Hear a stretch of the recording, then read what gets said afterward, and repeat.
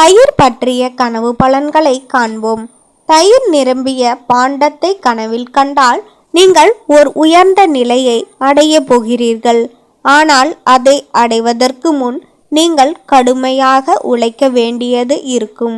அது மட்டுமல்ல, உங்கள் உழைப்பின் பயனாக உங்கள் அறிவை மயக்கக்கூடிய சில அற்பமான பலன்கள் முதலில் உங்களுக்கு கிடைக்கும். அவற்றை கண்டு நீங்கள் திருப்தி அடைந்து ஓய்ந்து விடக்கூடாது.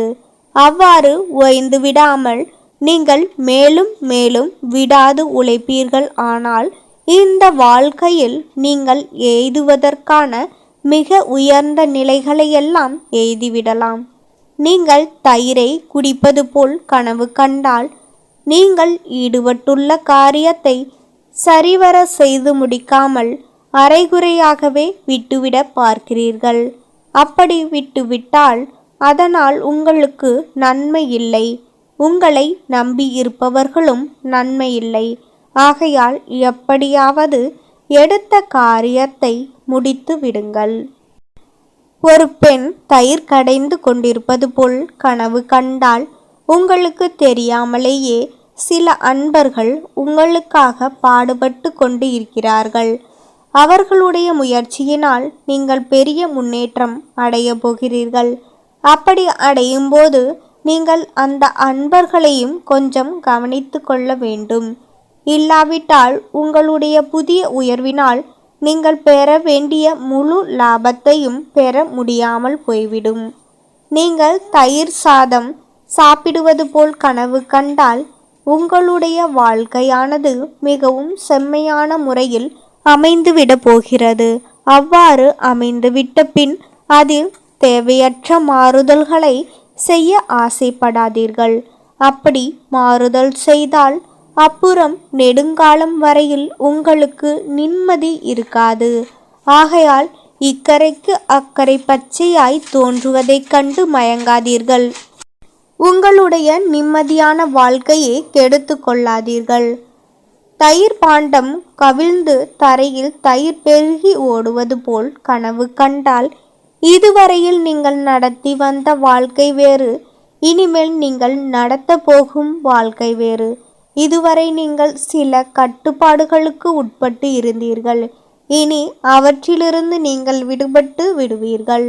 ஆனால் வேறு சில பொறுப்புகளும் உங்கள் தலைமேல் சுமத்தப்படும். அவற்றிலிருந்து நீங்கள் விடுபட முடியாது. தயிர் கடையும் போது அந்த பாண்டம் உடைந்து விடுவது போல் கனவு கண்டால் நீங்கள் இப்பொழுது ஒரு பயனற்ற காரியத்தில் இறங்கி இருக்கிறீர்கள். நீங்கள் அடைவதற்கு ஆசைப்படுகிற பொருள் இப்போதைய உங்கள் முயற்சியின் மூலம் கிடைக்காது. அதற்கு வேறு முயற்சிகள் செய்ய வேண்டும். ஆகையால் இந்த முயற்சியை இத்துடன் நிறுத்திவிட்டு வேறு திட்டங்களை உருவாக்கி கொள்ளுங்கள். அவை உங்களுக்கு வெற்றி அளிக்கும். நீங்கள் மோர் சாப்பிடுவது போல் கனவு கண்டால் உங்களுடைய முக்கியமான பொருள் ஒன்றை இழக்க வேண்டி இருக்குமோ என்று பயந்து கொண்டிருக்கிறீர்கள். அந்த பயத்தை விட்டு ஒழியுங்கள். ஏனென்றால் அப்பொருளை நீங்கள் இழக்கப் போவது இல்லை. அது மட்டுமல்ல, உங்களுக்கு வேறு சில புதிய பொருட்களும் வந்து சேரும். அதே சமயத்தில் நீங்கள் உங்கள் உடம்பை சற்று கவனமாக பார்த்து கொள்ள வேண்டும். இல்லாவிட்டால் வயிற்று நோய்க்கு ஆளாவீர்கள். நீங்கள் நெய்யை அல்லது வெண்ணெயை உண்ணுவது போல் கனவு கண்டால் உங்களுடைய ஆயுள் வளரும். உங்களுக்கு எந்த ஒரு நோயோ அல்லது விபத்தோ ஏற்பட்ட போதிலும் கூட நீங்கள் அதிலிருந்து விரைவில் குணமாகி எழுந்து விடுவீர்கள். அதற்காக விபத்துக்கள் நேர்ந்தே தீரும் என்பது பொருள் அல்ல. அப்படியே நேர்ந்தாலும் தலைக்கு வந்தது தலைப்பாகையோடு போனது என்பது போல அவை லேசாகி போய்விடும்.